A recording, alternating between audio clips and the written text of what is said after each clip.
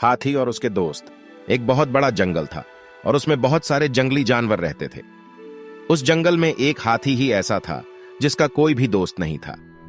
वह अकेला हाथी दोस्तों की तलाश में जंगल में भटकता रहता था। एक बार हाथी को कुछ खरगोश मिले।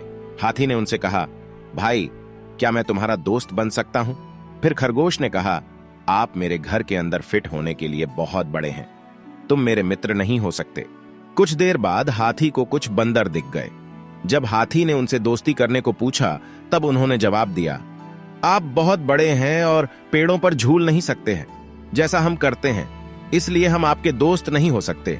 फिर हाथी को एक मेंढक मिला और पूछा कि क्या वह उसका दोस्त हो सकता है। फिर मेंढक ने कहा, आप बहुत बड़े और भारी हैं, तुम मेरी तरह नहीं कूद सकते, आप मेरे मित्र नहीं हो सकते। हाथी निराश होकर आगे चला गया। वहां उसकी कुछ लोमड़ियों से मुलाकात हो गई और उसे वहां भी एक ही जवाब मिला कि वह बहुत बड़ा है। अगले दिन हाथी ने देखा कि जंगल के सभी जानवर डर के मारे भाग रहे थे। हाथी ने एक हिरण को रोका और पूछा कि क्या हो रहा है, और उसने बताया कि एक बाघ सभी जानवरों पर हमला कर रहा है। हाथी दूसरे कमजोर जानवरों को बाघ से बचाना चाहता था। वह जल्दी से बाघ के पास गया और बोला, आप मेरे दोस्तों को अकेला छोड़ दो, इन्हें न खाएं, हम इस जंगल में मिलजुल कर रहते हैं। बाघ ने उसकी बात नहीं सुनी और हाथी को अपने रास्ते से हट जाने को कहा। बाघ सुनने को राजी नहीं था और हाथी को कोई अन्य तरीका भी नहीं दिख रहा था।